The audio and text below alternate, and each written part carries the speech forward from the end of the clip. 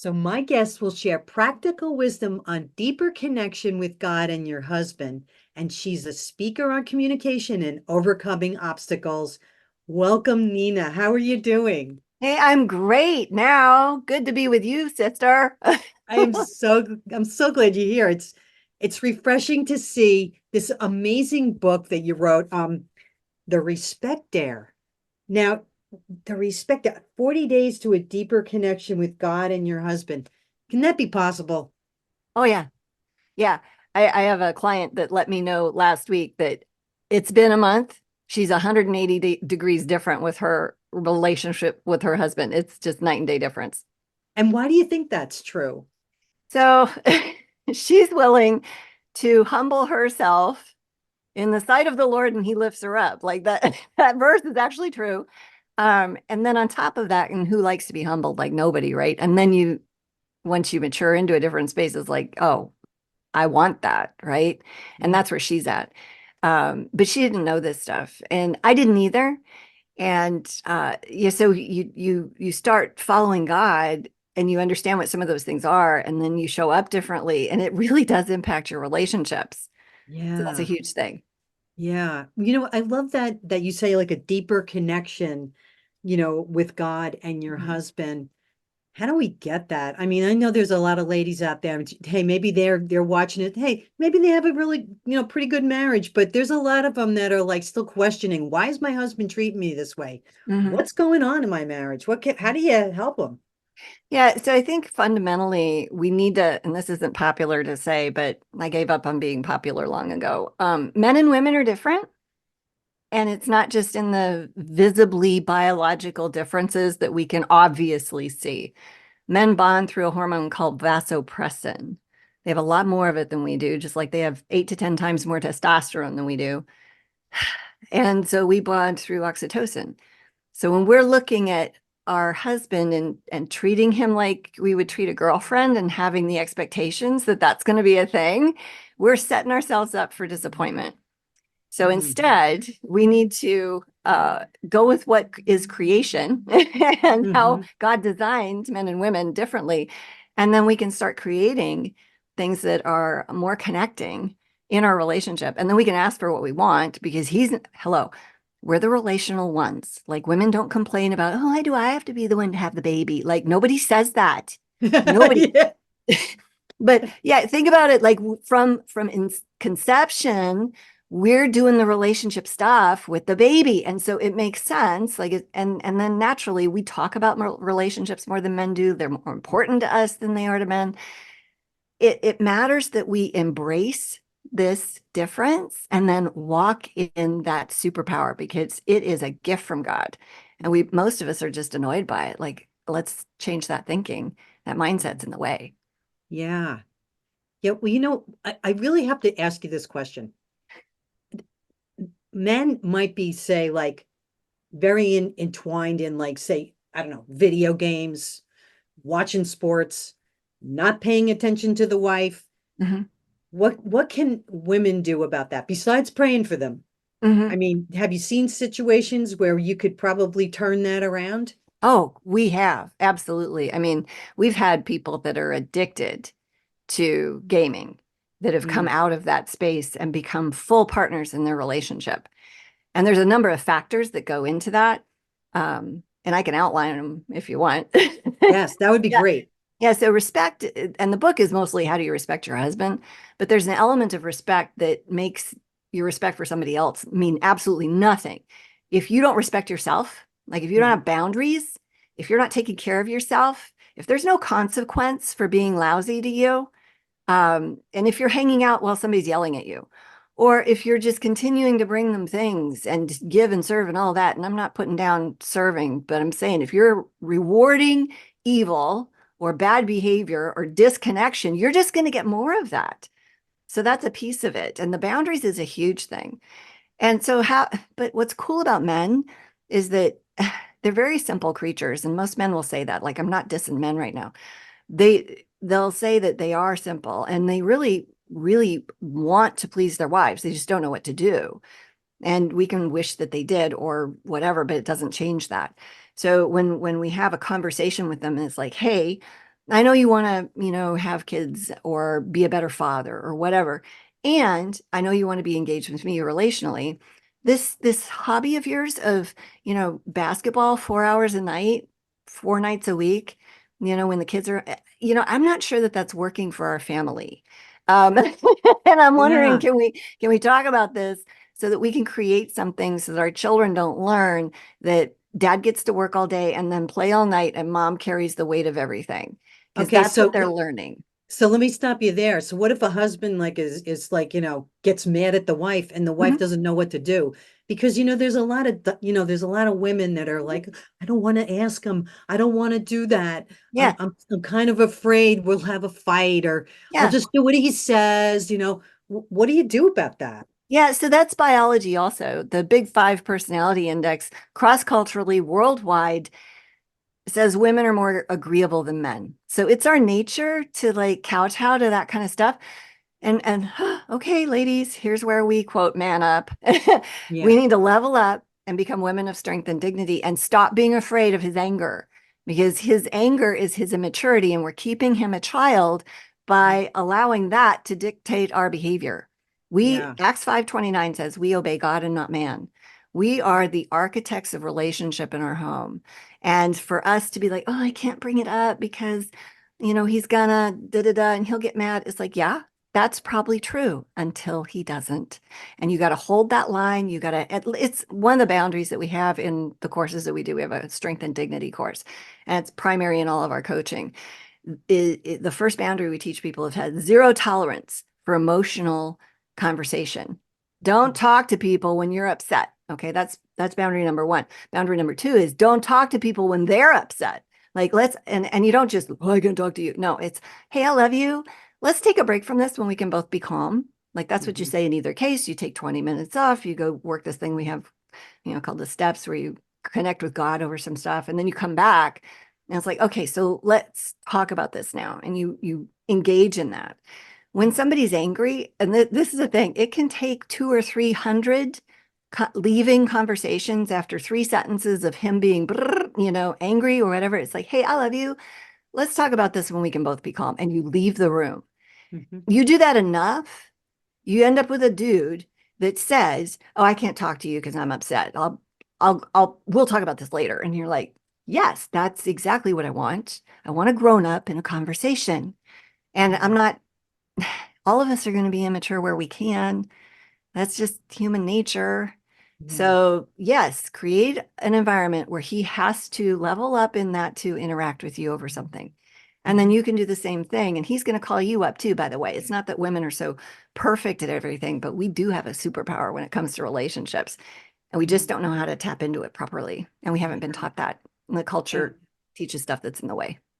yeah, what's one of the biggest questions that women come to you with? Yeah. Why is he like this? Why won't he?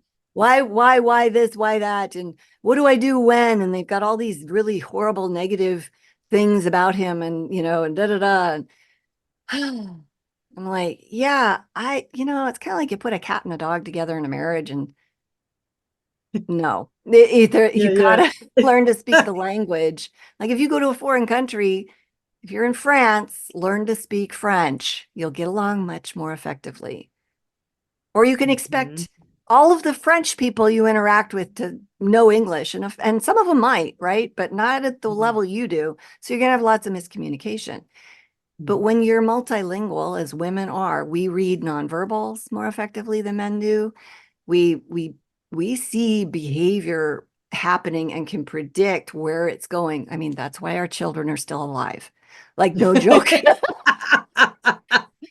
Men have such a higher tolerance for risk than women do. Like these, and that's good too, because Yeah, otherwise their kids would be afraid of everything living in bubbles, right? So that's yeah, good that we're paired together. But you have to accept the fact that there's this constant tension and it's supposed to be like that, you know?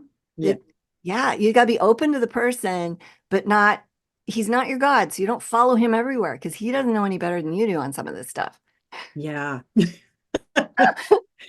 No, we're so good at idolatry. Like Adam and Eve right out of the gate wanted something other than the Lord. Well, I don't know what Adam wanted. I just know he didn't say, "Hey, baby," that God said, you know. Yeah. But we want things, and then we think we're going to be, and it's all idolatry, and we want marriage to be perfect and look a certain way, and we're like, oh, I need to have the perfect whatever it is, my the Pinterest marriage, I call it. And we watch too much Hallmark movies, and we that's basically relational porn, and we think it should be like that, and it's not. Real life is messy. It's full of conflict. Doesn't have to be scary though, and that's the thing that people don't get, is that conflict is actually a good thing, because then you end up with God's best in that situation. Mhm. But navigating through these things is really what our focus needs to be. And it's a context through which we develop a deeper relationship with the Lord. God Mhm. knows what we need to do in this moment with that guy. Mhm. So are we Exactly. going to listen to him, or are we going to listen to the influences of the culture and our own selfish desires? Or Hmm. worse yet, the enemy? Like, eh, yeah. So it's really all about, why not make God your husband? And that's biblical, by the way. And then follow him through the challenges in your marriage. And that gives you the superpower of navigating anything, really, because you're doing it in his strength and you're doing the right stuff in the first place. Absolutely, because the Holy Spirit is working through you in Mhm. order to give you the information that you need to navigate your Yes, marriage, right? yes, yes. So you have 40 dares in here. What's the biggest dare that everybody like kind of comes back to you with Yeah, in a lot of your people book? talk about the childhood incident thing, and it's pretty early in the book. It's surprising to me that people don't know that what was modeled for them growing up is what they're probably going to repeat. And most people don't know that they married the characteristics of the parent that they had the most trouble with in their spouse. There's Mhm. unfinished business there that the Lord is going to grow them out of. And this is why second and third divorces happen at an even faster, higher rate than first marriages that fail. Because everywhere we go, there we are. And until we deal with us and our issues and our particular relational baggage and let the Lord heal that, we're just carrying that right into every situation we got that's challenging. Mhm. And you don't have to do that. Like, you can be healed. God sent his son to set captives free. He's still in that business. Mhm. So Nina, let me ask you a question. Was your marriage always perfect? Half of those stories are mine. My marriage isn't perfect now. That's not real. I yeah. So, but I will tell you that God has done something incredibly healing in my relationship. Um, I I was at a Bible study 30 some years ago, and we had to rate our marriages. I don't know whose idea this was. It was really stupid though. And then we go around the room, and you had to give a number 1 to 10, 10 being amazing and one being, yeah, no, terrible. And I'm like, I don't want to play. And everybody's going around the room, and these are all way more mature Christians than I am. I became a Christian 34 years ago, the night before our marriage. Like, The I got night before your baptized. marriage. Yeah, yeah. The night before your marriage. Yeah, the night before we got married, yes, I gave my heart to Christ, and yeah, so that I got baptized. Anyway, so I was new at this, and I didn't really get it. And it gets to me, and I said, I don't want to answer. And they pressed me, and I said, okay, fine, it's a 2. And you want to blow up a small group, say something like that. It just, everybody looks at me and they're like, and the leader didn't, I mean, they're all our age, we're in our 20s, nobody knew what to do. My husband looks at me and he goes, well, I thought we were like an 8 or a 9. And I said, Yeah. and that right there is the problem. I got it. I gotta say that I've been there too. So go. Yeah. Yeah. But what's cool is shortly after that, the Lord drug me kicking and screaming through a study on respect and being a biblical wife. I had no idea what that meant, and probably didn't for about a good 10 years. And I was trying all sorts of things, reading all the books, going to the workshops. We went to all the family life conferences, did all the things. And I was still miserable. And finally, the Lord was like, this is about your identity, girl. Like, you're wrapping your identity up in somebody else's behavior.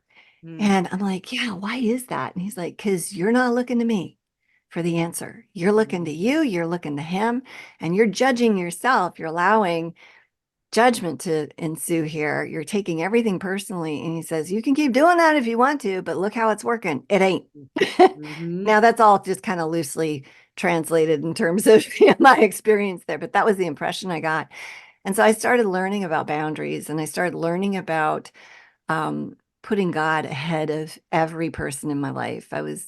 I say I'm a reformed people pleaser. And it's hilarious because now I offend a lot of people just by being me and telling my story. Like it's just cracking me up.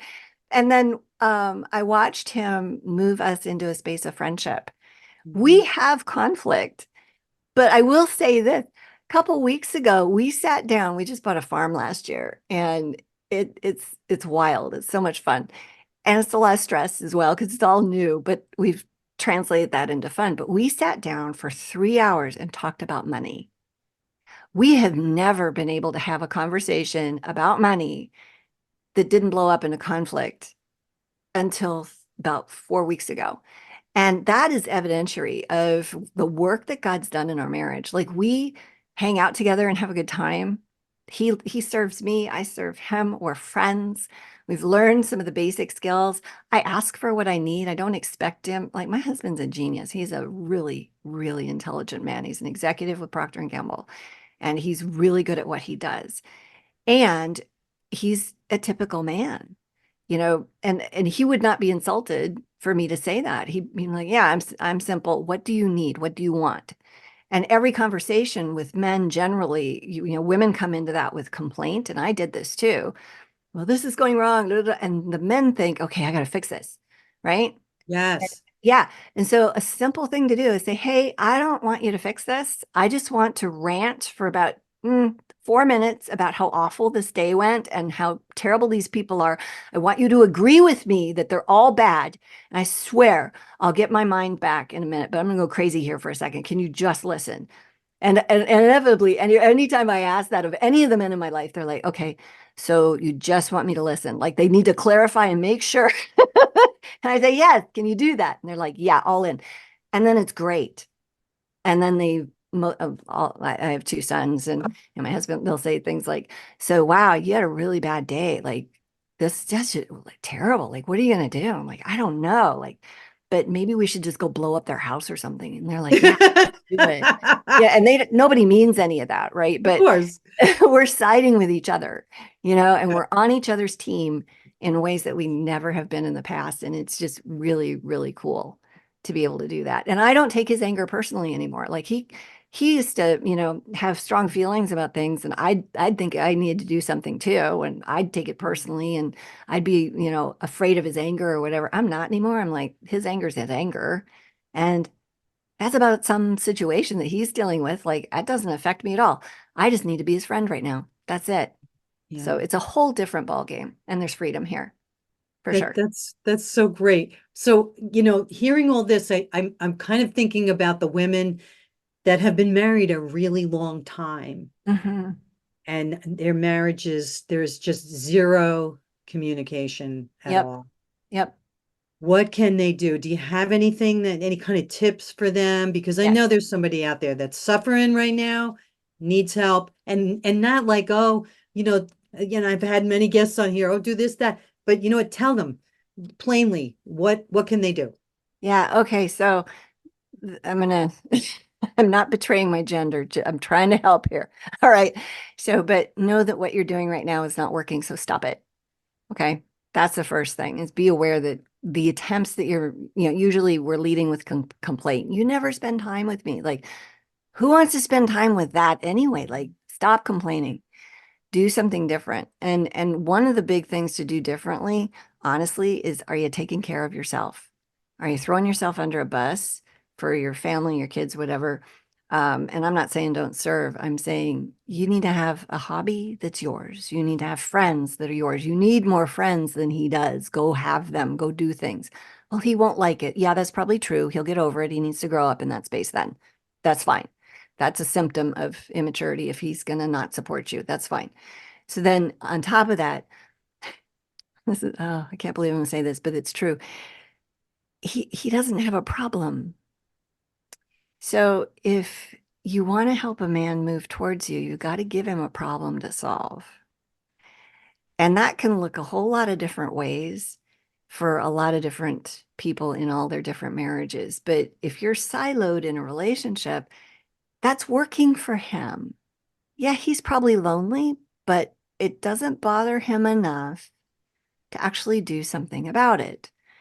And are you using your feminine energy, the ways of a woman that are unique and special? And it's not lipstick and a wig and a short skirt, ladies. That's not feminine. What's feminine is the softness, the gentleness, the kindness, the teaching of kindness being on our tongues as we interact, as we invite, right? And then what happens is most of these women don't have these lives, right? And they're not leaving and going and doing and having fun with their life. That's attractive to a man. What's not attractive is whining and complaining and making him the center of your universe. He can't handle that. And it's just pressure. And so he's going to be even more siloed. So that energy we push towards him, he's going to retreat. He's like a horse. He's going to back off. And so then you have to look at, well, what is it that we actually want from the relationship? And can you start creating that? And there's tons of communication tools to employ in that. But if you don't have the basics down, like if you don't have emotional control, if you don't have friends, if you're not getting 7 to 9 hours of sleep a night and having some interests of your own and having a life that you're loving, like start there. And then you can move into this. And sometimes it's inviting him to things. And sometimes it's like, hey, I've been looking at this, the way we're doing relationship, and it just doesn't work for me anymore. So I'm wondering, I've signed us up for a dance class. It's Thursday evenings. And so we're going to have to leave here at 5 o'clock. And you might get to that space and he'd be like, "Oh, I hate dancing." Yeah, I do too. But let's just go hate it together. And then you go do something new together. Mhm. It's rare that a guy that's that burned out and siloed after you've been married that many years will initiate. And that's a masculine energy called aggression that causes them to take action on things. Usually, I hate to say this, but women will, when we morph into their moms, we do a good job of killing it. And if that's happened, he's not going to step into that space. But when he does, say yes, even if it's the dumbest thing ever. If he wants to take you, to the shooting range and you hate guns, just go because he instigated something. Like reward that. And I mean reward that. Wink, wink, nod, nod. Like put all you got into that because you'll get more of it. Whatever you pay attention to grows. So that's my 2 cents. That's so much wisdom, more than I even could hope for or ask for. And I know that you're totally wrapping what you're saying around someone's heart right now, Yeah. who may be like really needing to hear those wisdom words. So, we could go on, but this book, you'll have to get this book. I'm just telling everybody out there, you got to get this book. You can see I marked off pages. Um, so it's the book is The Respect Dare, 40 Days to a Deeper Connection with God and Your Husband. And you can find Nina's book, this book, on Amazon or wherever books are sold. And for more information about Nina and all the resources you can get, go to her website, greaterimpact.org. And I'm so happy to have you today. And what would you like to leave my audience with today? Where there is breath, there is hope. You don't have to stay stuck. And so if the respect dare doesn't end up moving things for you, reach out to us at Greater Impact. We have free resources for you. God wants to heal your marriage. He cares a lot about his glory and he wants you to shine it through your life and your marriage. Thanks for watching. Share your thoughts on our conversation by putting your comments below and visit thecallwithNancySabato.com to learn more about me and what we do here on the ministry. Don't forget to like and subscribe and share. Your support means so much to us.